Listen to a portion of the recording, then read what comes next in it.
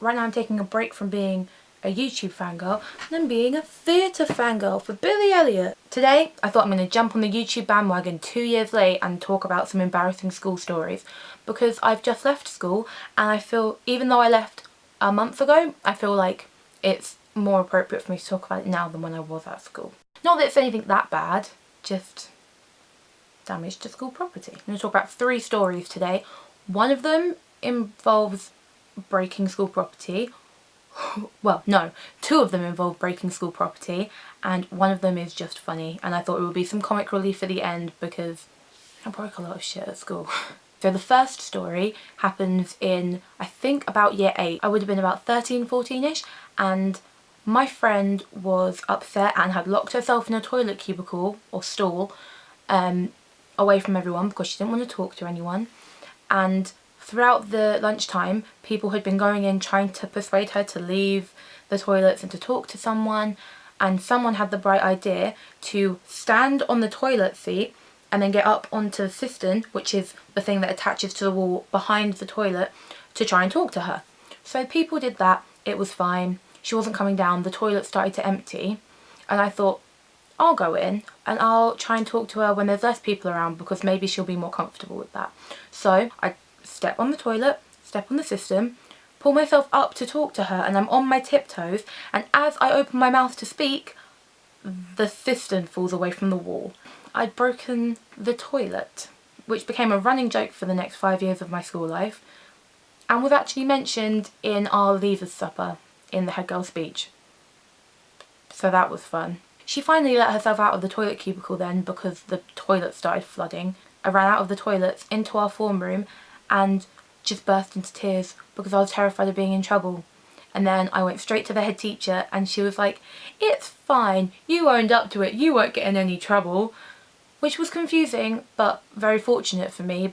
And that happened in, that would have been about 2009, 2010. To this day, they have not fixed it. They haven't got a replacement like top bit for the cistern, so there's just a plank of wood on top of it. So I mean, that's my legacy that I've left behind. The second story is also about breaking something, but this time it wasn't my fault. It was my, I guess it was my entire form's fault. We were a very lively form.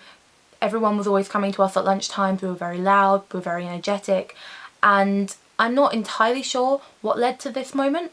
The door handle of our form room door broke, and we found out about it at about halfway through lunchtime. Didn't tell anyone. The way it worked is, so the door handle on either side of the door, and one half of it had the bit that goes through the door to connect to the other bit. So we had what was essentially the key and the only way that you could open the door on our side, and we put it back together so it looked like it was fine, and when our form tutor came to take the register, she couldn't get in. And while she called for the caretakers to come and fix it, she took the register from the other side of the door, just hoping that we were all in there, which we were, and we were absolutely fine. We found it hilarious. That was an interesting afternoon. The next story is perfectly up to my name as a fangirl. So me and my friends we had a different form room at this point. We were upstairs, and we decided one day that it would be funny to reenact Harry Potter spells out the window. One of us would walk down the stairs and walk past the window outside during lunchtime while everyone's milling about doing their own thing.